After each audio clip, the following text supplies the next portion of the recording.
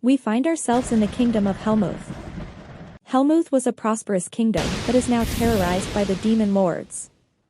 Vermouth and his 4 comrades seek to rid the world of their destruction. Their objective is to defeat all the demon lords, and they have already defeated 3. The 5 heroes broke into the palace. Vermouth, a skilled swordsman, kept a watchful eye on their surroundings, ready for any dangers that may come their way. As they neared the demon lord Liar, the goblin guards pounced, their weapons drawn. Vermouth instantly dodged their blows, his sword flashing through the air. The Great Vermouth. The witch summoned a gust of wind to blow the goblins back and group them up.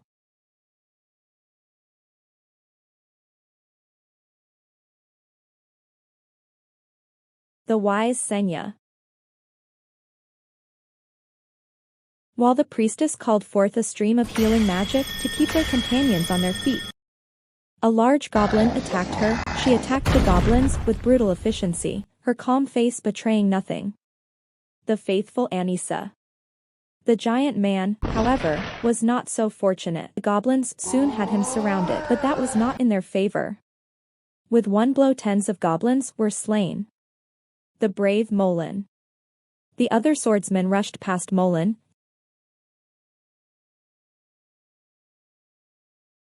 His scars reveal his reckless fighting style. Rushing to reach Vermouth, with quick, swift swings. All the goblins were on the floor. The foolish Hamel.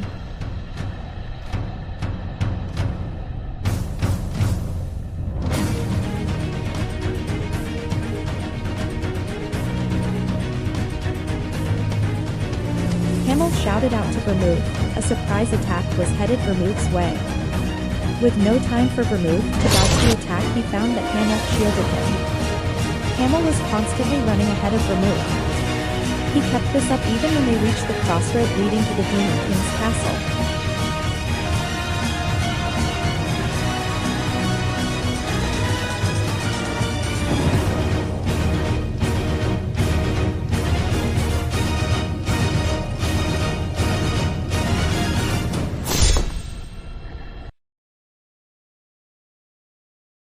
Vermouth swiftly attacked the demon lord. The rest of the heroes rushed to Hamel. Nothing could be done to save Hamel's life. His last wish to Vermouth is to avenge him and kill the last demon lord. Vermouth, make sure to defeat the demon king. Vermouth swore an oath on Hamel's tears that he would definitely defeat the demon king. Hamel regretted the way he acted with his companions. In his final moments, while cradled in the arms of his loving comrades, I could barely squeeze out these words. A gaping hole was running through my chest. To treat my injury, they were desperately casting magic and pouring out drops of the precious elixir, but it was pointless. My voice wasn't coming out the way I wanted it to. It was likely due to the blood rising up in my throat. Anise, please pray for me. Molin, you're the bravest warrior. She's crying. I never expected a girl like her to make that sort of expression for me. I don't need the elixir. You don't have enough to waste one here. Don't be foolish. Everything in front of me was growing darker. In Hamel's final moments he heard Senya say, if you're going to say it, why didn't you say it sooner? Still, it made me feel good. After all, this was the first time I'd ever heard him say that. Wah! I never said I like you to Senya. The 10-year-old Eugene clenched his fists tightly. He might have already read this story hundreds of times, but each time he reached this point in the story, rage welled up within him. All the others get called great, wise, faithful, or brave. So why am I the only one who gets called stupid? With a furrowed brow, Eugene closed the book. Even that blockhead Molin got packaged as the brave one. So why am I the stupid one? Did the two of us get switched at some point? No matter how much he racked his brain, he couldn't understand how they had come up with the brave Molin. The brave? They don't know jack about him. More like, the moron Molin. Anise, please pray for me. I didn't say that. Molin, you're the bravest warrior. Senya, he said, I've always liked you. I didn't like her. The bastard who wrote this must have been someone who I beat up in the past. Eugene spat out as he ground his teeth in anger. Actually, it wasn't that difficult to understand why the contents of the story were like this. These bedtime stories were aimed at children, so they needed to be easy to read as well as fun and educational. So my character was sacrificed for the sake of a good bedtime story. Fuck. Did they really have to sell my good name for such a cheap lesson? After all, it wasn't like they could have expected that Hamel would be reincarnated with a complete memory of his past life. Damn reincarnation. I'm fine with reincarnation, but why'd I have to get reborn as one of Vermouth's descendants? Vermouth's surname was Lionheart. If I'm going to get reincarnated, aren't there a lot of places that I could have gone to? So why, of all things, did I get stuck with Vermouth's bloodline? Anyone else might have celebrated having such a powerful background, but there was no way that Eugene, who still had the memories of his previous life, could do that. During his lifetime, Vermouth had many mistresses alongside his wife. He wasn't someone who seemed overly interested in women, but I guess he changed with age. Only the descendants of the legal wife were recognized as the direct lineage of Vermouth. Although Eugene's family was also surnamed Lionheart, they were from the indirect branch. Although it might not be much compared to the main estate in the capital, Eugene's family mansion was lavish enough to seem showy in its rural surroundings.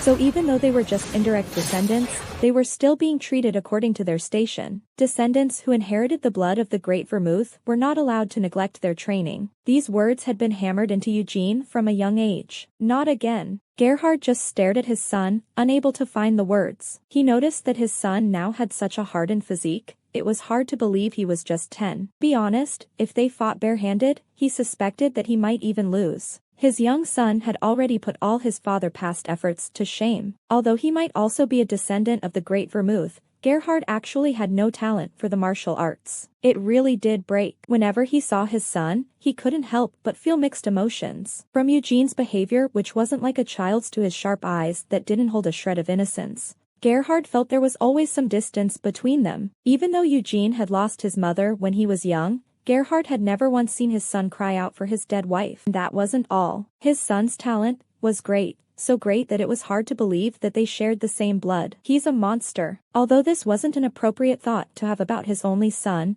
Gerhard couldn't help but feel fear at times. I was just swinging it, and it broke. How long had it been since the dummy was last replaced? Around 3 days? The village blacksmith's skills are garbage. He should be summoned and given a beating, but father, you are just too merciful. Although these words were too harsh to come from a child's mouth, Gerhard didn't bother to point this out. Bloodline continuation ceremony was a Lionheart family tradition that took place once every 10 years. During the ceremony, all children from the ages of 10 to 15 who bore the name Lionheart, both direct and indirect descendants, were called to the main estate. The reason for this ceremony was simple. It was to decide who among them were best suited to carry the Lionheart name. After all, wasn't it an embarrassment to claim to be the descendants of the hero without first proving it? So until that day, the indirect descendants weren't allowed to wield a sharpened a true weapon. What a stupid tradition. The children of the direct line residing in the capital estate were free to wield any weapon they wanted, regardless of their age.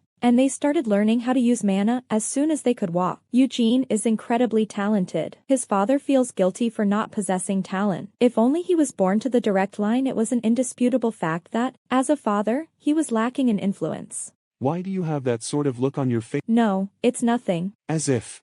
You can clearly tell that he's blaming himself again for not being able to give me the best opportunities. Such a reality made Gerhard feel tormented. If only he had been born without talent like his father. Then Eugene wouldn't have to feel the gap between his innate talent and the challenges posed by reality. Eugene, whatever you do, don't try to compete with the children of the main house. No matter how excellent you are, you won't be an adversary for the children of the direct bloodline. There will be 3 children from the direct line and 6 from the branch who are the competitors. The direct line children will be the son from the first wife, and the other 2 will be the twins from the second wife. 2 of the branches have a relatively larger authority, the others are trash.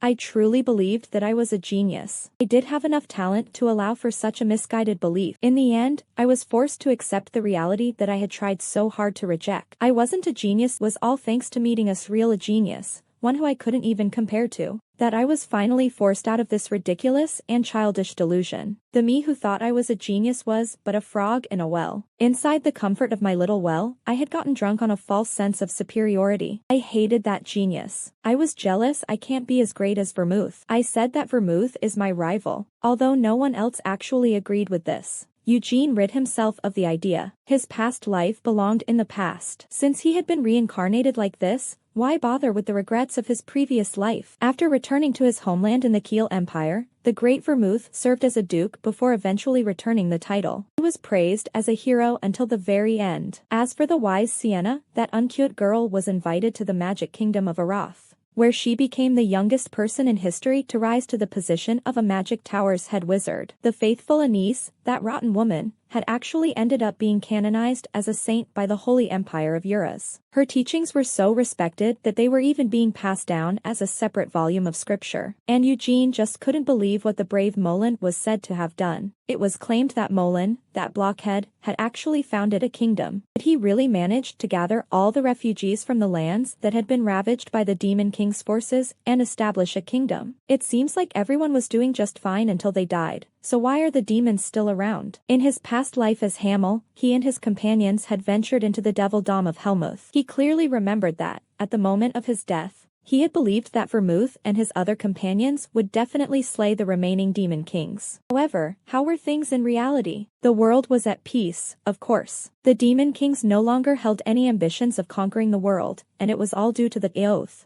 that the great Vermouth had made with the demon kings. Why did he end up making an oath like that? Weren't we supposed to wipe them all out? He didn't know the reasons behind it. But in any case, the war with the demon kings was over, and the world was at peace. Perchance, are you feeling a bit nervous? I understand how you feel. The man sympathized with Eugene. The man's name was Gordon. He was a knight who had sworn allegiance to the main house of Lionheart, and he was currently serving as Eugene's escort. Master Eugene, would you mind if I give you a piece of advice? Sure. If you're already feeling nervous, then every day spent at the main estate will feel extremely tortuous. Thank you for your advice, Sir Gordon. Without dropping his smile, Eugene turned back to stare out the window, and now the carriage was leaving the city behind and entering a forest. From this point on, we have entered the Lionheart estate. The forest was surrounded by tall walls, but there's no need to be in a hurry to get your things ready. We still have a long way to go from here. I get it. You bastard. Must be nice to have such a large estate. It's not even your land, so why are you acting so smug? Whoa,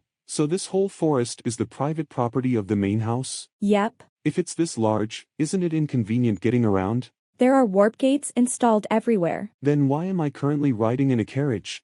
Eugene thought to himself. Is that so? We couldn't even be bothered to give Master Eugene permission to use the warp gates. Gordon walked over to open the door for Eugene. Welcome to the Lionheart family's main estate, Gordon said politely, with a bow of his head. The Lionheart. Eugene slowly raised his gaze. White flags lined the path leading up from the main gate entrance, and a brave lion was embroidered in the center of each flag. This was the personal sigil of the main house, Vermouth's Lionheart. Eugene looked down at his own chest. His clothes were bare of any decoration. Only Vermouth Lionheart's direct descendants were allowed to have the lion sigil sewn onto their left chest. Have any of my other relatives arrived yet? Master Eugene is the first to arrive. He found that a single personal attendant had been assigned to him. The female servant greeted him. Please call me Nina. Though from the looks of it, she was a young girl who wasn't much older than Eugene. Eugene couldn't muster up much dissatisfaction for this. If there is anything you need, please ring this bell, Nina said as she bowed her head and handed Eugene a small bell. She was probably in her late teens, at the very most.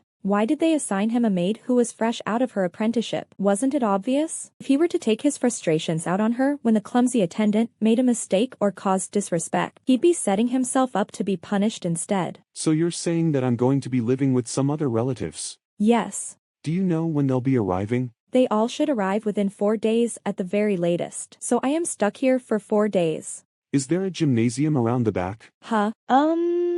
Yes. Do I need permission from the main house to practice my swings with a wooden sword? That's, Because that's just what I'm going to do. With a helpless look on her face, Nina trailed behind Eugene. Two children giggled mockingly as they gossiped about the new arrival. These two were Cyan and Seal, fraternal twins born to the second wife of the main house. Though their mother was the second wife, it was no secret that the patriarch favored her over the official first wife. That bastard's name is. Heard it's Eugene and that he's the same age as us. I heard that this is his first time in the capital. Since that brat came here from the countryside, then his body must reek of manure. In my opinion, he's probably lifted more pitchforks in his entire life than wooden swords, said Cyan scornfully. Seal exclaimed in enlightenment. Since he rode in the carriage for a few days, the smell clinging to his body must have rubbed off onto the carriage as well. I just so happened to hear that as soon as that brat arrived, he went straight to the gym. What a show-off. Seal burst into laughter. It seems that he must have come to the bloodline continuation ceremony with high expectations of himself. It looks like he wasn't properly educated by his father. Yep,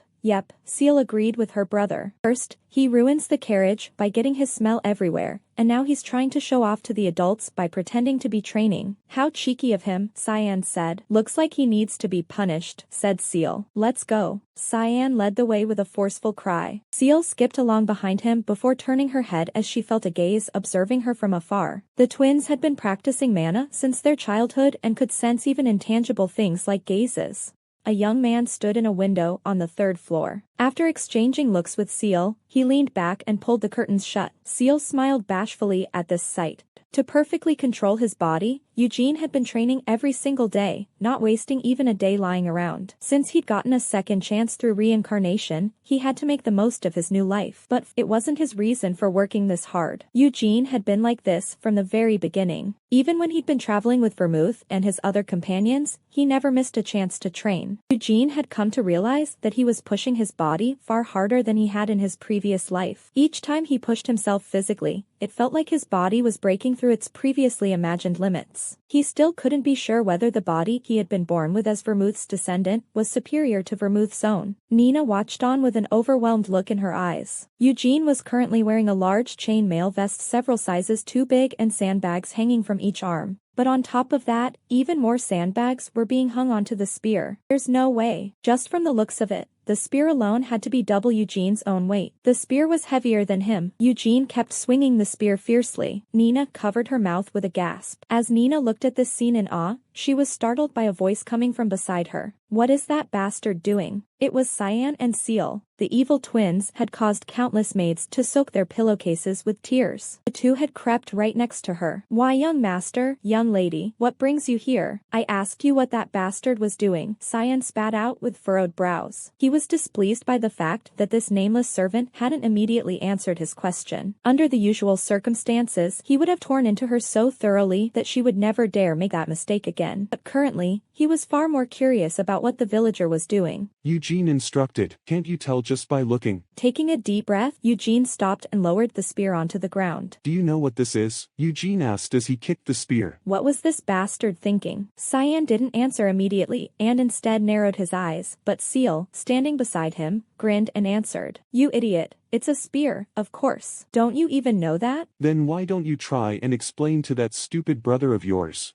Tell him, that bastard is swinging a spear. Seal's eyes widened into circles at this insult. In contrast, Cyan's eyes became even thinner. Me? Seeing as how you didn't know what was going on when you were looking right at it, you don't seem all that smart. Brother, that bumpkin is calling you an idiot. Seal giggled and poked Cyan in the side. Rather than being enraged like her brother, she instinctively knew that she could make the situation more interesting by arousing her brother's anger in this way. Cyan cried out, you dare. Cyan wasn't a fool. Of course, he knew that Eugene had been holding a spear and swinging it as a training exercise. However, this was his first time seeing such an unscientific method of training. Wearing a chainmail vest several sizes too big, tying sandbags onto both arms, and swinging a spear that was also laden with sandbags. Could you really call that training? The chainmail vest might be large, seeing the state that it was in. It definitely had to have been made from the cheapest scrap iron. This meant that it couldn't be as heavy as it appeared. As for those sandbags, while they might seem hefty, looking at how they bounced as he moved, you could tell that,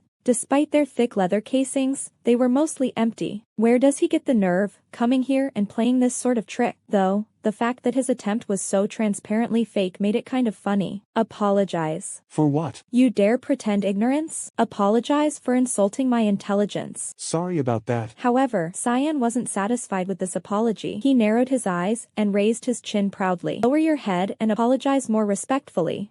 Aren't we the same age? You're 13. I'm also 13. That means we're pals of the same age, so why ask me to lower my head? Cyan's eyes widened as words failed him. As someone who had been constantly indulged ever since he was young, he grew up spoiled and wasn't familiar with this kind of childish quarrel. There's no way that you and I can be friends. You really don't know your place. Just because your last name is Lionheart, do you really think you're one of the same Lionhearts as us? No, I have a pretty good idea of the difference. I'm from an indirect line, and you're from the direct line. That's your house over there. You really are impudent, Cyan spat out as he held his nose. Also, there's a stench coming from your body. It's the smell of the manure from the countryside mixed in with your sweat. I've never gotten close to manure in my entire life. If so, that just means it's the smell of your own shit. In any case, you just plain stink. I'll wash up in a bit. No, go wash up now. Once you're done, go and clean the carriage that you rode in as well. The carriage? Because the smell of shit from your body definitely must have rubbed off onto the seat, so I'm telling you to go clean it. Furthermore, you need to bow your head and apologize to me. I still haven't accepted your apologies for calling me an idiot, and for daring to place yourself at my level. Without waiting for Cyan to finish, Eugene turned to Nina and said,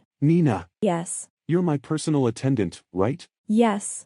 Although I am undeserving of this role, I have temporarily been assigned as Master Eugene's personal attendant. If that's the case, then instead of standing there, melting in the sunlight, go and clean the carriage that I rode in on. Nina didn't think that Eugene was giving her an unreasonable order. However, Nina couldn't understand why Eugene would give her such an order under the current circumstances. Didn't he realize that one of the devilish twins was standing right in front of him? Eugene's behavior showed an open disregard to Cyan's orders. What do you think you're doing? Cyan burst out. I'm just getting the carriage cleaned. I told you to do it yourself. Why should I when there's someone who'll do it for me? I was ordering you to clean the carriage. And who are you to give me orders? I am Cyan Lionheart. Okay. And I'm Eugene Lionheart. Nice to meet you. Reacting to this, Seal's hands rose to cover a broad grin as she giggled in amusement even as Cyan's jaw dropped open foolishly. And I'm Seal Lionheart, Seal introduced herself, still giggling. A rage was stoked in Cyan's chest. As the young master of the main family, once he gave an order, the other person was supposed to follow his command without a protest. So, brother, are you just going to let that slide? Seal leaned against him and fluttered her eyelashes in anticipation. Cyan said, because you keep ignoring my orders. You have looked down on me and insulted me. As such, he picks up a wooden sword from the floor and challenges Eugene to a duel.